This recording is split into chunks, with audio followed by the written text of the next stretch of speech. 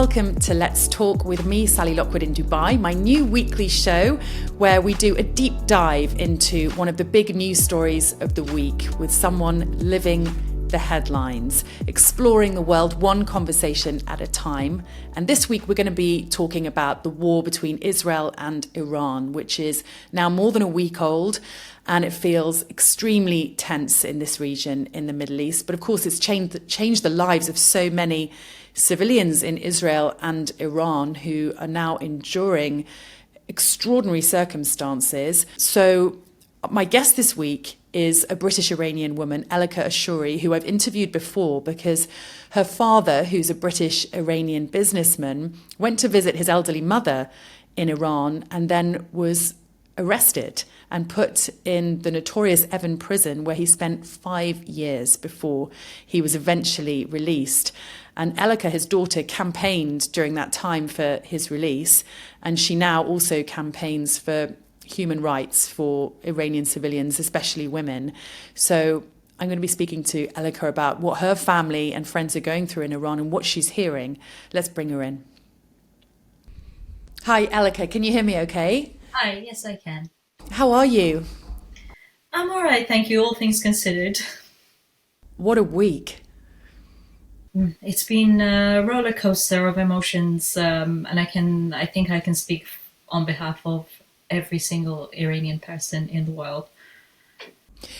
So let's just talk about your circumstances before we talk about the bigger picture. So you have family in Iran, you have an elderly grandmother who lives on her own. What sort of contact have you been able to have with them, and what picture are you piecing together in terms of what they're going through? Yeah, I mean, it's absolutely heartbreaking what's going on right now. Up until yesterday, we could have a sporadic contact with loved ones, but from today, they've really restricted internet access, so we don't know how to get in touch with anyone.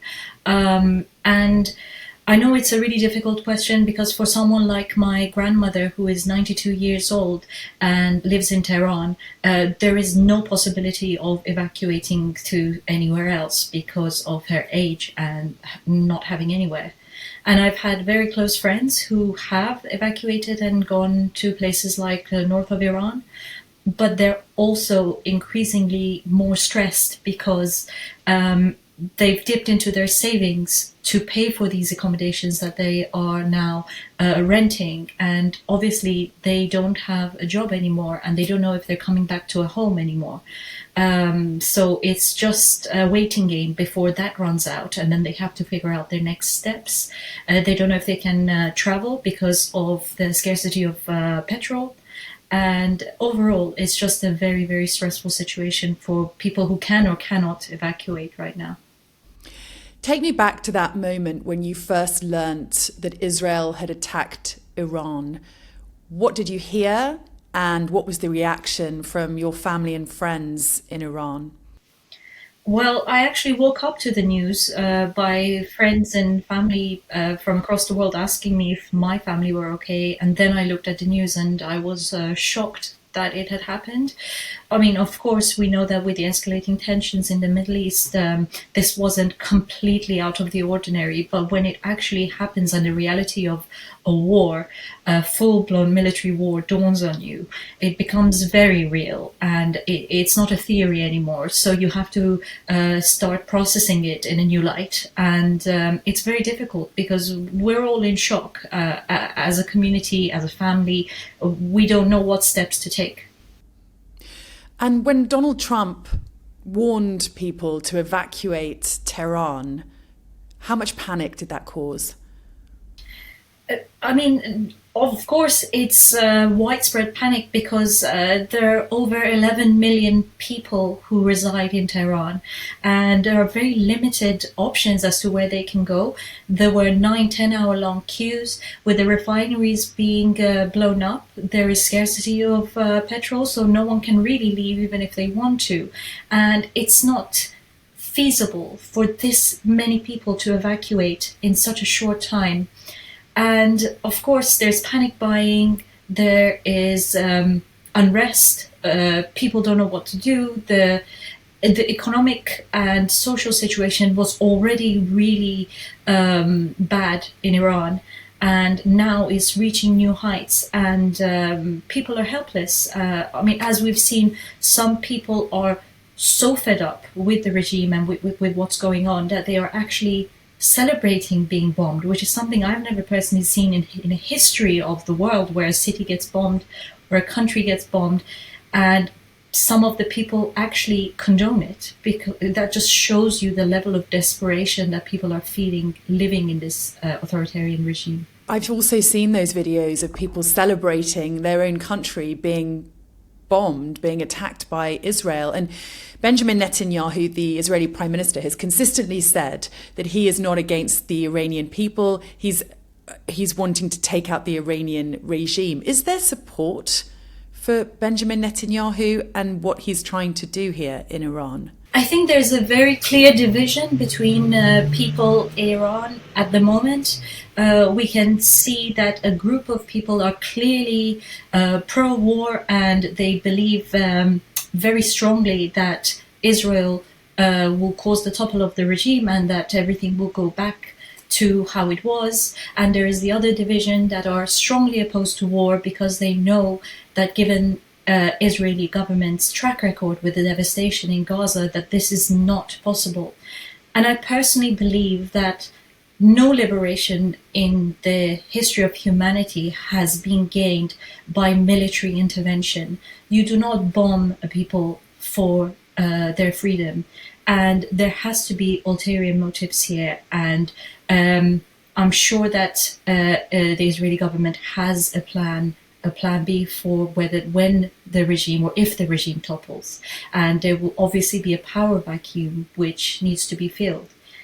And the real question is whether the people of Iran have the infrastructure ready for that step forward, or whether we're going to see a repeat of something that happened back in 1979 with the revolution, where we became a hostage state, and there were other forces that hijacked this revolution, and we fell into further chaos than we originally had.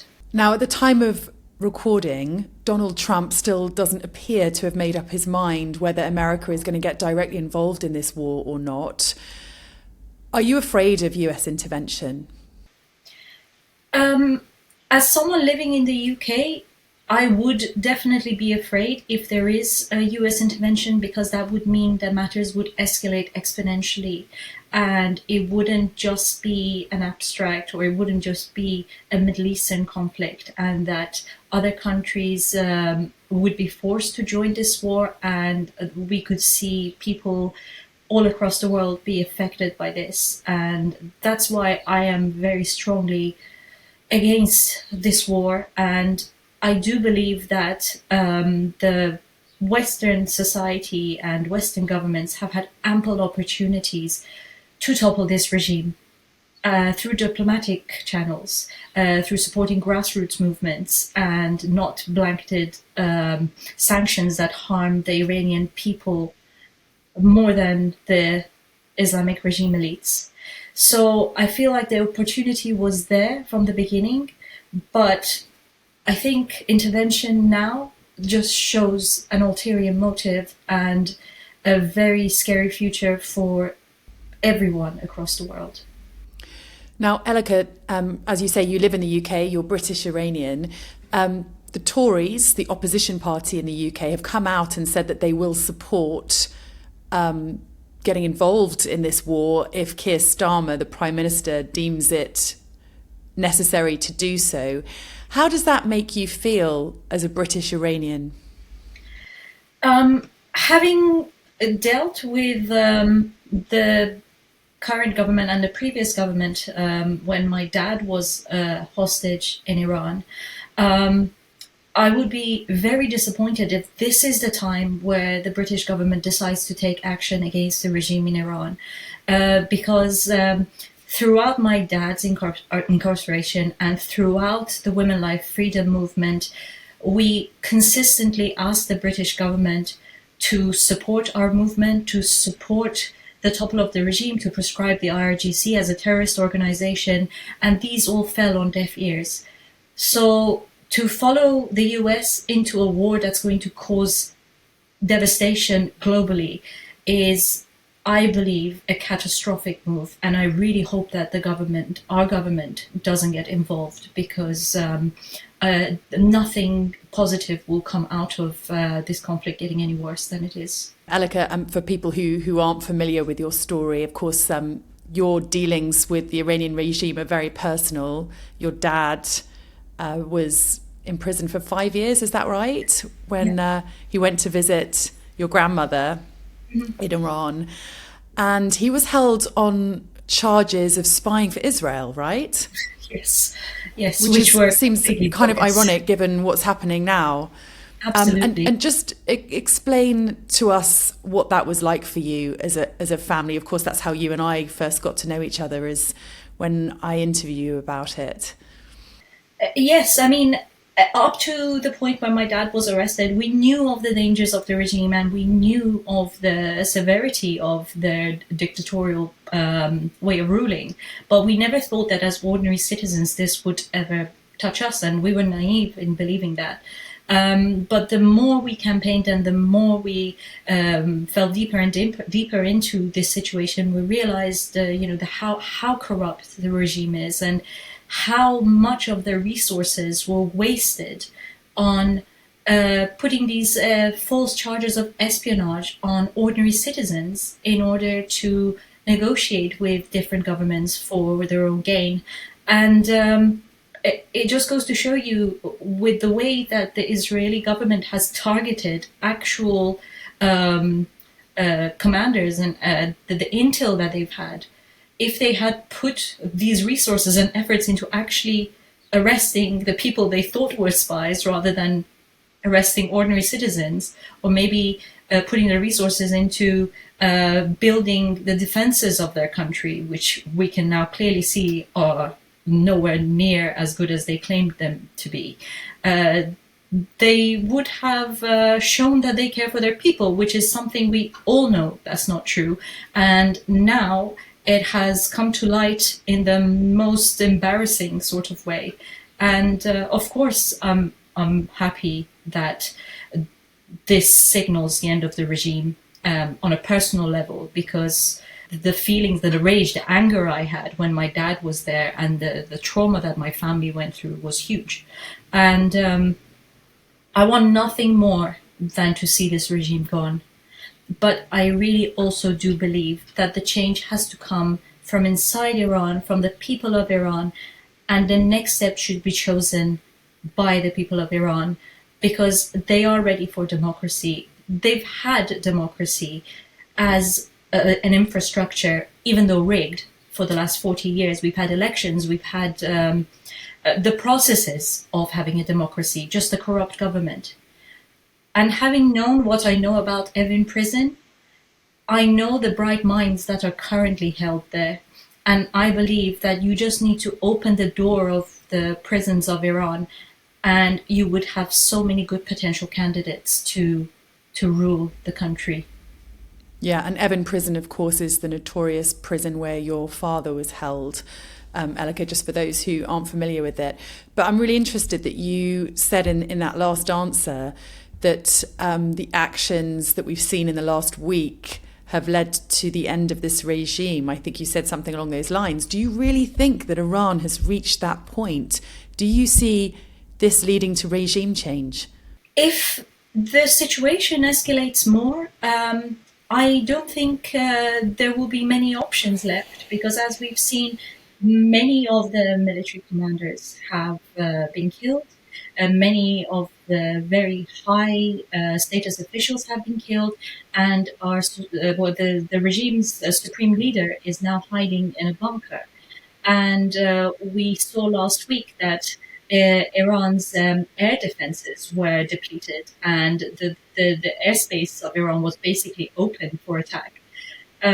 So 40 years of pretending to be getting ready to go to war was all just talk.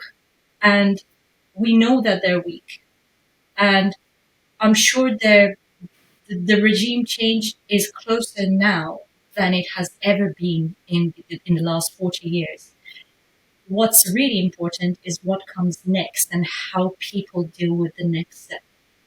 You mentioned the bright minds that are in Evin prison who've been locked up. Now, Iran is a very young population, an extremely educated population. Just explain what life is like for young people in Iran, what the sanctions are doing to the economy, to people's prospects and prosperity. It's extremely difficult for young people to prosper in Iran. That's why we have an extremely high rate of immigration to countries like the UK, Canada, the US, and all across the world, really, because there is no room for furthering your career, furthering your prospects at the moment in Iran, especially as a woman. I mean, I know that in Iran at the moment, women have opportunities to work in government, to work in almost all the sectors that a society has. But the law is geared in a patriarchal fashion and a religious fashion, and women don't have rights, as many rights as we deem appropriate or necessary in a Western society. The most obvious one of them is the wearing of hijab, which is the main tool the regime uses to control women. The bodily autonomy of women belongs to the Islamic regime. And economically speaking, the country is at its worst. We know that the Iranian currency is amongst the worst in the world, and people who can afford to leave would leave, but there are a strong percentage of people who can't leave, and they are wasted. Their talents are wasted, and their potentials are wasted. And having studied in Iran myself up to the age of 16, I know that they don't really harbor the best of people.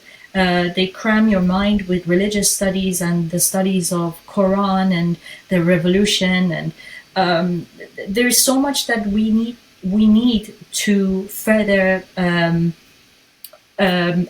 cultivate our creative abilities, and we can't in Iran.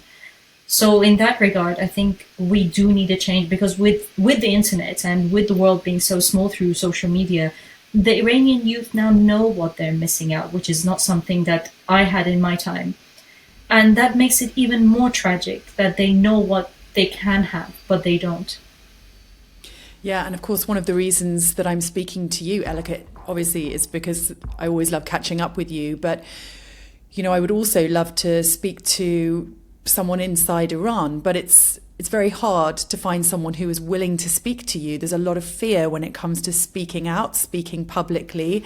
Mm-hmm. And on top of that, there's a near internet blackout at the moment, as I understand it, which often happens during these moments of crisis or unrest. Mm-hmm. They essentially have a kill switch where they can turn off the internet for areas of the country. Tell me more about that, what people are living through, that sort of fear and that sort of control. I mean, the regime knows that social media is the only way the people of Iran can broadcast to the world what's going on inside, because whatever news comes out of the official Iranian channels is a heavily censored propaganda. So it's very detrimental to them for people of the rest of the world to see the truth.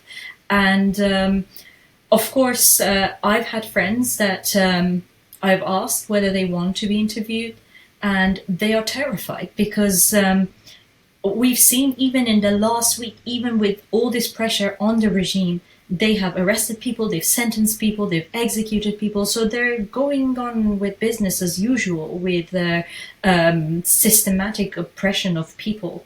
So I've had friends who don't even want me to send a photo that they took from their window to a news channel because they are afraid that the regime might locate them based on that angle of that window. And this is not an unfounded fear, because it has happened. And anyone who's spoken against the regime in the past 5 days in Iran is at a very serious risk of being taken. And because at the moment it's a kind of win or lose situation for the government, they might act with impunity and just go on a massive execution spree. And there's a huge risk to the political prisoners that are currently in prisons in Iran. We know there was some conflict earlier this week within the prison grounds with prison officials and the prisoners, as it happened during the Women Life Freedom a couple of years ago. So there is a risk, there's a serious element of risk for anyone involved currently with conveying the message outside Iran. I know this is an impossible question. I apologize in advance. You don't have a crystal ball, but how do you see this ending? Do you see this ending soon? Do you see this going on for weeks, months? And will it lead to regime change? I was asked this when the Woman Life Freedom was happening, and I was very optimistic that the end of the regime was near. But obviously we know what happened there, so I have to be very cautiously optimistic. But this time it's different, because even if the regime falls, my concerns are as to what comes next. And I believe that's a scarier prospect for me, not knowing what's going to happen after the fact. And that's why I can't give you a yes or no answer, because the future is very grey, and there are many individuals and parties that are gunning for this opportunity to grasp this situation and take power. And, you know, as we've seen with other countries that were liberated through war, and the civil crisis that they unfolded, you know, in Syria, in Iraq, in all across the Middle East after the Arab Spring. So yes, I want the regime to be gone, but I also want structure, and I hope that we have that structure when this happens. And just explain what sort of emotions you and your family are feeling at the moment. I imagine anxiety and fear is some of it, but is there a sense of hope as well, or is that unrealistic when you're seeing what your country's going through? Since my dad was taken, I have become very good at balancing my expectations, my hopes with the reality of the situation. So I think even though part of my mind is hopeful that a change is coming, part of my mind is also very cautious. And of course, talking about the immediate future, we are extremely anxious for our loved ones, for our country, for my city. And in the long run, about the future of the country and whether we can go back or not, because obviously we are all now exiled and we can't go back. So for anyone, the possibility of going back to their country is an appealing prospect. And that's the one hope that I have, is that I can one day go back and take my partner back so that I can show him where I was born. And these are some things that people take for granted around the world. And it's sad that there's a part of you that you can never share with the people around you. Yeah, I can't imagine what that must be like, being exiled, being unable to return home to your own country, to the people that know you best. Now, there's very divided opinion when it comes to Israel's actions in Iran. Some who say that a nuclear Iran was a very close concept and that it needed to be taken out. Others who feel that this aggression was unnecessary. What's your position on this? Do you think Israel was right to attack Iranian nuclear facilities? I don't think an attack was necessary, because there were discussions going on whether I agree with the Islamic regime having nuclear weapons or not. That's a different issue altogether, because I don't think the regime could be trusted with any sort of global power.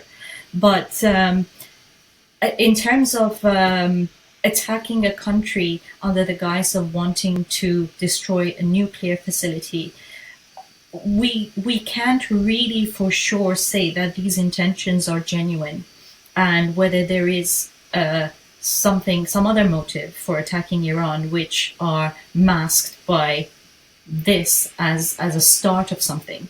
So I don't know. I don't trust that bombing a nation happens to free a nation. And you cannot bomb a country and expect freedom in return for its people, because it's naive to think that Israel has the love of the Iranian people in mind.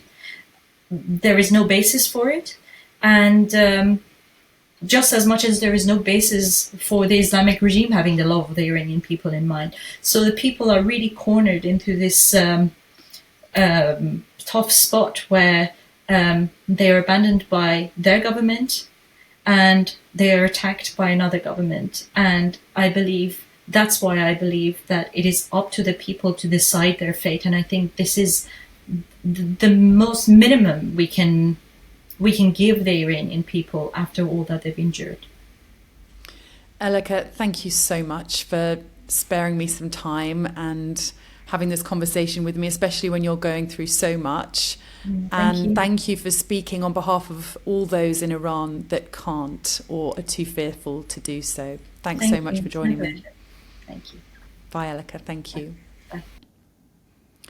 Well, that was a really sobering insight into what Iranians are going through. Now this war is the reality of their daily lives.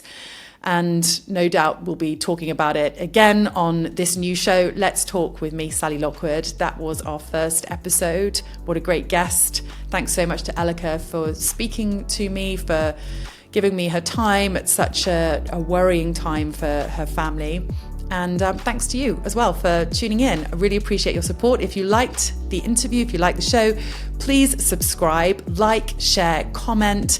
It's free to watch, free to subscribe, and your support will make all the difference to how we grow as a program. Thanks so much. See you next week.